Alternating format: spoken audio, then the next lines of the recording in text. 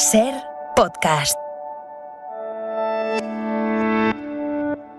Y esta noche viene a hora 25 el presidente del gobierno y candidato del PSOE a la reelección, Pedro Sánchez, estará aquí a partir de las 10, las 9 en Canarias, y vamos a desplegar hoy antes una mesa del análisis especial con Esther Palomera, con Jesús Maraña y con Enric Juliana. Pero antes acabamos de conocer el primer caso de un hombre muerto por la ola de calor. 47 años de Aznalcóllar en Sevilla, ha muerto mientras estaba trabajando en el campo. Radio Sevilla, Ana Fernández, última hora. La Consejería Andaluza de Salud ofrece pocos datos de esta primera víctima de la ola de calor Iago en Sevilla. Es un hombre de 47 años, vecino de Aznalcóllar, fallecido por un golpe de calor mientras realizaba tareas agrícolas. También nos dicen que tenía patologías previas. Todavía hasta ahora y hasta las 9 de la noche estamos en aviso rojo por temperaturas de hasta 44 grados. Mañana podrían bajar algo, aunque se esperan máximas de 42. Precisamente hoy ha entrado en vigor en Sevilla, además de Granada, Jaén y Córdoba, la jornada intensiva en el sector de la construcción para evitar precisamente las horas de más calor en el Tajo. Calorazo que no nos va a abandonar hasta el jueves mínimo. Jordi Carbó, buenas tardes. Buenas tardes. Sí, como escuchábamos ahora mismo, que van a bajar un poco las temperaturas los próximos días, pero tampoco y partiendo de valores tan altos que no lo notaremos, de manera que todas las precauciones serán pocas. Estas temperaturas máximas de 35 a 40 grados serán habituales mañana y pasado en gran parte del interior peninsular, superando ligeramente los 40 en el valle del Guadalquivir. Además, un calor que nos está trayendo también algunas tormentas, ahora activas, sobre todo en las montañas cercanas al Mediterráneo. Durante la noche todavía pueden acarrear alguna racha intensa de viento. Y por cierto, una curiosidad, si os encontráis en Galicia o en Castilla y León y miráis hacia el cielo, quizá veréis algo peculiar, y es que está llegando sobre la península la nube de cenizas de los incendios de las pasadas semanas en Canadá. Hasta luego, Carbó. Adiós. Hay media hora 25 deportes. Jesús Gallego, buenas tardes. Buenas tardes, fútbol, mercado de fichajes. El Barça anuncia el de Gundogan. El centrocampista de 33 años llega libre desde el City, firma para las próximas 2 temporadas. El Real Madrid anuncia la renovación de Modric hasta junio del año 2024. Y sorpresa en baloncesto porque el Barça, el reciente campeón de Liga, no renueva el contrato de su técnico Jasikevičius. No han llegado a un acuerdo económico. El nuevo entrenador del baloncesto azulgrana es Roger Grimau. Así empieza hora 25. Con el sonido de la tarde. Es Prigozhin, el líder del grupo Wagner, que ha mandado un audio de 11 minutos esta tarde casi como prueba de vida después de la rebelión de este fin de semana. Asegura que su intención no era derrocar al gobierno de Putin, sino llevar ante los tribunales a quienes él considera culpables de que la invasión rusa no haya triunfado en Ucrania. Informa desde Moscú para la SER Javier González Cuesta. Yevgeny Prigozhin sigue vivo. El dueño de Wagner ha publicado un nuevo audio en el que asegura que su objetivo era llevar ante la justicia a los responsables de la fallida invasión de Ucrania, es decir, sus odiados Sergei Shoigu, ministro de Defensa, y Valery Gerasimov, jefe del Estado Mayor. Pese a su revuelta, sus mercenarios no pueden ser castigados. En el Parlamento han reconocido que tramitarán una ley que intente mantener bajo control a Wagner, pero no prohibirla, y admiten que ello es tan complejo que tardará meses. Mientras, la compañía de Prigozhin ha reanudado su reclutamiento de voluntarios por toda Rusia, y el gobierno bielorruso ha anunciado además que le interesa tener una sucursal de Wagner. Según el ministro de Exteriores ruso, Sergei Lavrov, sus mercenarios seguirán trabajando para el Kremlin, es decir, la cuadratura del círculo al repudiar y mantener a la vez un grupo rebelde dentro de la propia Rusia. Desde Estados Unidos, Joe Biden dice que ni su país ni la OTAN han estado implicados en esta sublevación. Sublevación que, según el ministro español de Exteriores, José Manuel Álvarez, demuestra las brechas que hay ahora mismo en el régimen de Putin. Lo que parecía una solidez monolítica interna rusa ha demostrado que tiene brechas que son muy profundas y que tal vez tengan más profundidad que simplemente los hechos que ocurrieron ayer. En España, y siguiendo el esquema de Baleares y Aragón, el PP ha permitido hoy que la presidencia del Corts, el Parlamento valenciano, recaiga en una representante del ala dura de Vox, que ya es decir. En el caso valenciano, donde además hay pacto para gobernar en coalición, PP-Vox, la elegida para presidir el Parlamento Autonómico es la diputada Llanos Massó, una mujer ultracatólica, antiabortista, formó parte incluso de Hazte Oír, la organización que pone a circular autobuses con mensajes contra las personas trans y que acosa a mujeres cuando van a abortar. Massó fue su delegada en Castellón y Hazte Oír ya la ha felicitado, de hecho, en redes sociales por su elección como presidenta del Parlamento Valenciano. Le ha agradecido su defensa de la vida y de la familia. Radio Valenciana, La Galarza. Llanos Masó ha ejercido hasta ahora como portavoz adjunta de Vox en Escorts y los temas educativos han centrado sus intervenciones. Ha sido especialmente crítica con lo que califica como adoctrinamiento en las aulas, también con la educación sexual en las escuelas. ¿Cree usted que estas imágenes de penes de adultos de distintos tamaños y formas benefician en algo a los niños? Esta imagen es solo un ejemplo. Hay muchísimas más en libros que se pueden encontrar en los colegios de infantil y primaria. En materia de género, Masó habla de feminismo radical. Cuando tú en un colegio le estás diciendo a los niños que hay que discriminar positivamente a las chicas, ¿qué crees que tienen ellos en mente? Claro, hay que crear cuotas y hay que discriminar positivamente a las chicas porque ellas por sí mismas son incapaces de llegar a donde tienen que llegar. Eso es lo que hace la izquierda y eso es lo que hace el feminismo radical con las mujeres. Masó ha jurado el cargo como presidente en masculino del Escorts gracias al acuerdo de gobierno firmado con el PP. A las puertas de la institución, el colectivo feminista se ha concentrado para pedir a los populares que rompan ese pacto.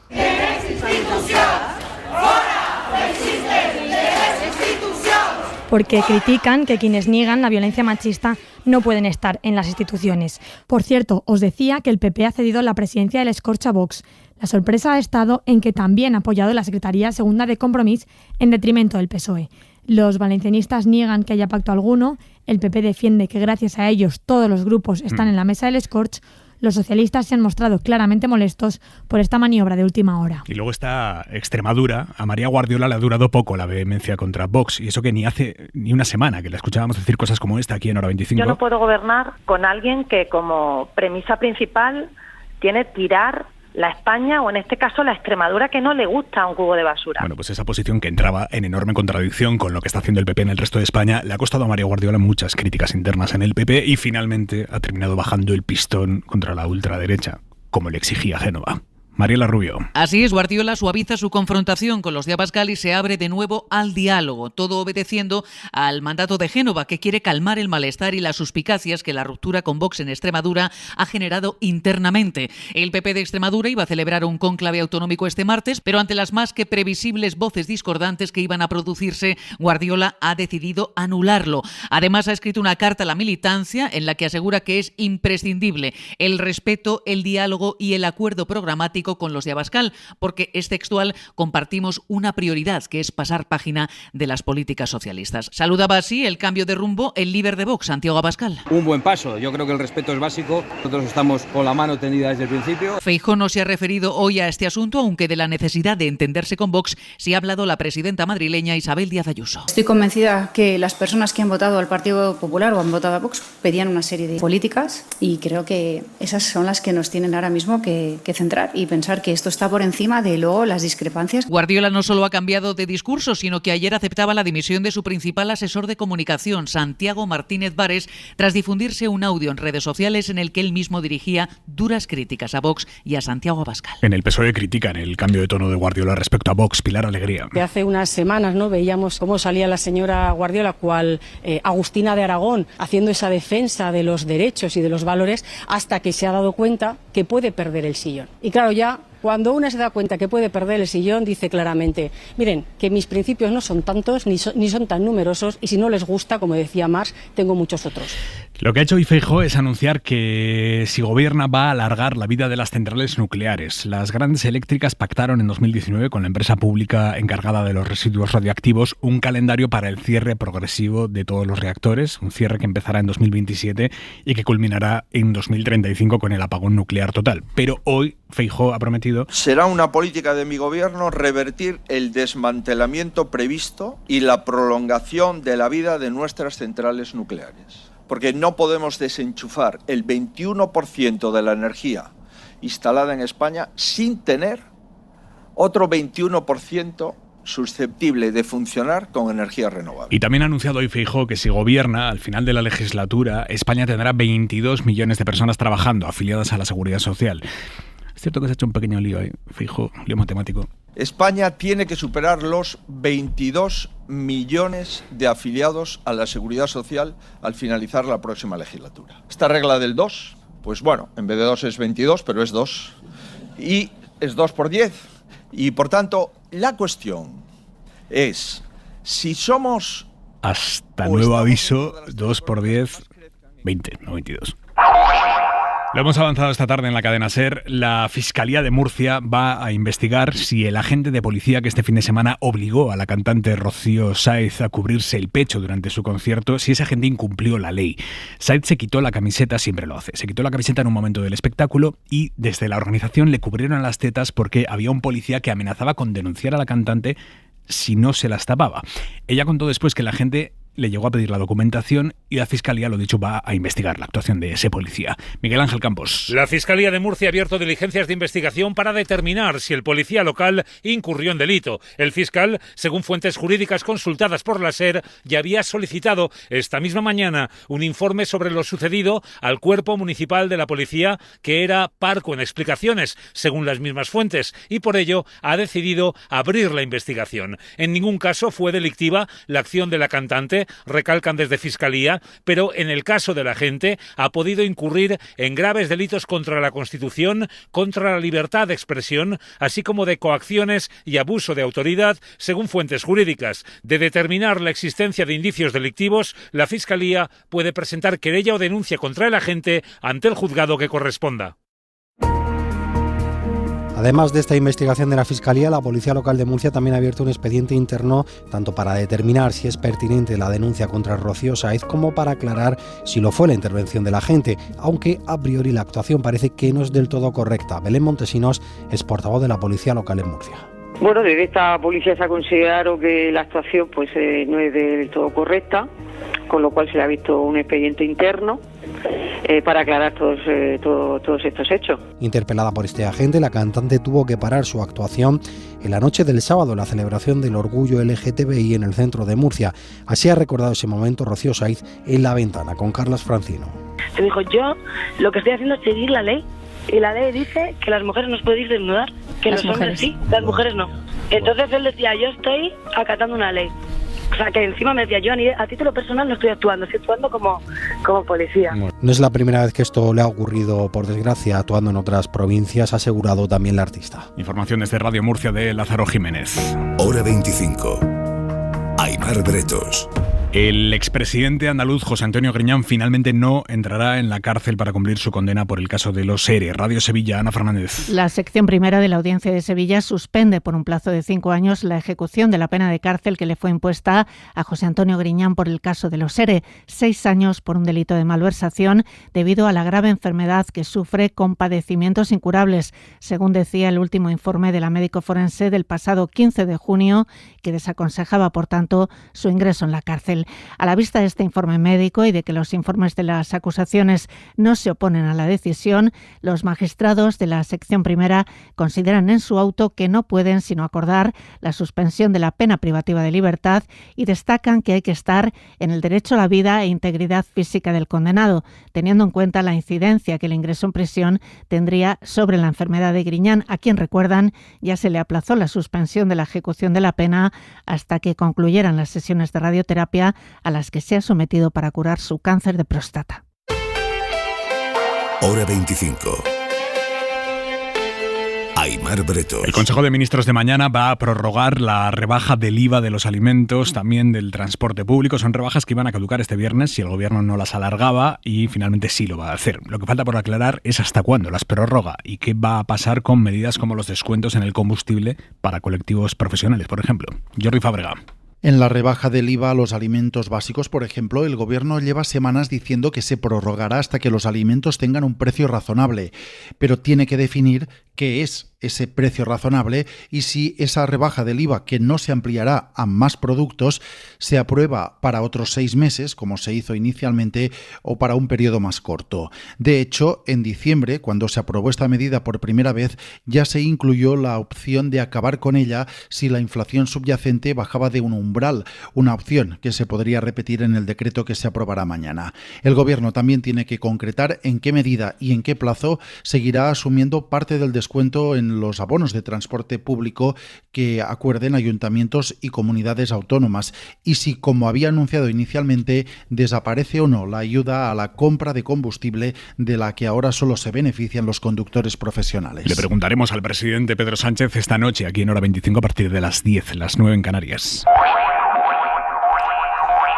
Y hoy estamos escuchando en la SER el testimonio de un chico de Tortosa, en Tarragona, un adolescente de solo 15 años, que intentó suicidarse tirándose por la ventana. Conocimos su caso poco después del de las gemelas de Sallent, que hicieron lo mismo. El joven tiene un trastorno del espectro autista, se metían con él en su instituto y ahora ya recuperado, se acaba de graduar y tanto él como sus padres han estado en SER Cataluña celebrándolo. Gemma Alegrí. Actualmente Paul está ingresado en el Instituto Guttmann de Badalona recuperándose de las lesiones que sufrió hace 4 meses cuando saltó por el balcón de su casa. Se rompió las piernas, los brazos y 2 vértebras, pero de todo aquello ya no queda nada. El chico ha asegurado que se encuentra bien y que ya no siente ningún dolor. Sobre su vuelta al instituto para la graduación, fue bastante bien.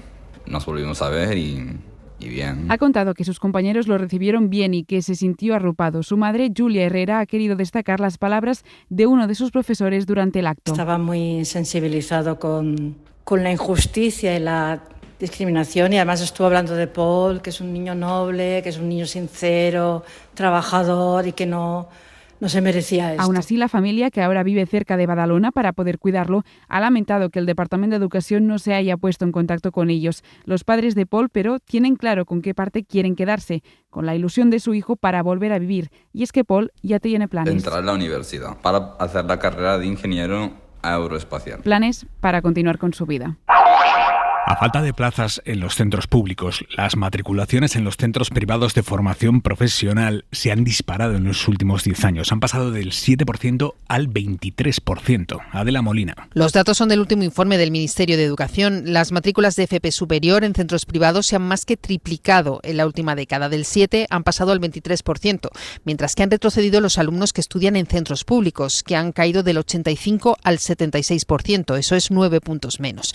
El documento del Ministerio no analiza las causas, pero otro informe reciente de Comisiones Obreras alertaba de la falta de financiación de plazas públicas y ponía cifras. Rodrigo Plaza es su responsable de FP. Mientras la titularidad pública programa las plazas con infraoferta, la titularidad privada, autorizada por las administraciones educativas, programa con sobreoferta en las titulaciones más demandadas. Se necesitan al menos 1.000 millones de euros para crear 300.000 plazas de formación profesional, que den respuesta a los jóvenes que están en abandono educativo y a los jóvenes que están en la ESO que quieren elegir esta etapa educativa. El informe de educación también refleja el crecimiento de las universidades privadas en la última década, que han pasado de matricular al 14% de los estudiantes al 24%, sobre todo por los másteres. Un tesoro escondido en un trastero. Lo ha encontrado la Guardia Civil en Baena, Córdoba. 119 piezas arqueológicas dignas de los grandes museos que un matrimonio tenía ocultas en el trastero de su casa. Había, por ejemplo, un busto romano que representaba a una mujer del siglo II de un valor incalculable. El matrimonio, que iba a venderlo todo en el mercado negro, está ya detenido. Javier Bañuelos. Varias piezas las tenían expuestas en su casa, otras, la más valiosa, un busto retrato del siglo II, estaba guardado dentro de un trapo en un trastero. Piezas de un valor incalculable, como por ejemplo otra moneda romana de plata posterior al año 44 a.C., que también ha sido recuperada por la Guardia Civil. La importancia de esta operación ha sido el momento elegido. Estas piezas estaban a punto de acabar en el mercado negro. El teniente Luque es el jefe del área de patrimonio de la Comandancia de Sevilla. Fruto de las numerosas entrevistas con fuentes vivas, incluso la asistencia en foros especializados de comercios de obras de arte, se logra obtener una información de un posible matrimonio que podría estar dedicándose al comercio interior de bienes culturales. La Guardia Civil sospecha que los expoliaron en algún yacimiento cercano. Tras su recuperación, ahora todas las piezas han pasado al Museo Arqueológico de Córdoba para su custodia, conservación y peritaje.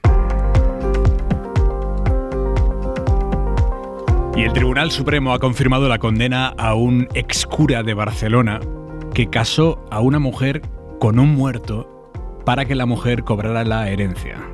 La mujer estuvo años siendo pareja del hombre, cuando el hombre estaba vivo, se entiende. No llegaron a estar casados en ningún momento, por lo que cuando él murió, la herencia la iban a cobrar los sobrinos. Ella no iba a ver un euro, así que fue donde el cura, entonces cura, porque después terminó siendo expulsado de la iglesia. Pero esta mujer fue a donde el entonces cura, que falsificó los papeles para que pareciera que sí había habido boda en vida. Pedro Jiménez. El Supremo ha confirmado la condena de 3 años de cárcel por falsedad al excura David Vargas, que casó a una feligresa con un muerto para que pudiera recibir la herencia. Feligresa y fallecido habían sido pareja de hecho durante muchos años. La mujer y Vargas pusieron encima de la mesa las declaraciones de testigos que aseguraron haber asistido al enlace, pero la investigación acreditó todo lo contrario. No había fotos de la boda, no hubo luna de miel, ni siquiera convite, y el supuesto matrimonio se quiso inscribir en el registro civil 9 meses después de celebrarse. Ella también es condenada como cooperadora necesaria del delito. David Vargas es un viejo conocido de la justicia española, expulsado de la Iglesia en 2013, está siendo investigado también por otra estafa de 3,5 millones de euros a otras feligresas. Y nos queda la mirada de Xavi Vidal-Folk. Ya han pasado más de 48 horas después de la marcha rebelde sobre Moscú y Putin sigue sin aparecer. Envía un mensaje grabado desde un lugar desconocido o se reúne por pantalla con algunos ciudadanos, no se sabe bien desde dónde. Nadie ha desmentido los rumores de que el día del golpe, el domingo, volase un avión de la presidencia desde Moscú a San Petersburgo. Nadie dice dónde se encuentra. La sede de la presidencia en el Kremlin, a la vera de la Plaza Roja, sigue cerrada a cal y canto. ¿Se debe a la pasión secretista del presidente ruso? No olvidemos que profesionalmente él es un espía puro y duro, amigo de aparecer cuando conviene y de contemplar cómo desaparecen, casualmente claro, quienes le molestan. También podría suceder que Putin, tan pagado de sí mismo, atraviese un estado de shock traumático. Al fin y al cabo ha sido traicionado por un amigo íntimo que compite en él en crueldad, o que tenga miedo de revelar dónde está, qué hace, por dónde se mueve. Al fin y al cabo el jefe de la Wagner está vivo y coleando, como parece haber demostrado en un vídeo muy reciente. Es curioso. Solo han aparecido en escena en estas últimas horas los 2 jefes uniformados involucrados en la peripecia, que son ambos militares un poco de pacotilla. El ministro, Sergei Shoigu, debe el cargo no a su desconocida aptitud estratégica, sino a que pasa las vacaciones con el autócrata. Y ahora se fotografía en un lugar desconocido y a una hora indeterminada con personajes de incógnito diciendo que visita a sus tropas en Ucrania. Menuda prueba. Y el jefe de la Wagner, Yevgeny Prigozhin, un vendedor de hamburguesas experto en carnicerías, dice en una grabación que ellos querían protestar, no derrocar al gobierno. Anda, hombre, para protestar basta con una pancarta. Cuando se enfila la capital del país con tanques y metralletas, no se celebra una procesión de Semana Santa, se perpetra un golpe de Estado. Menudo personal. Suscríbete a Hora 25.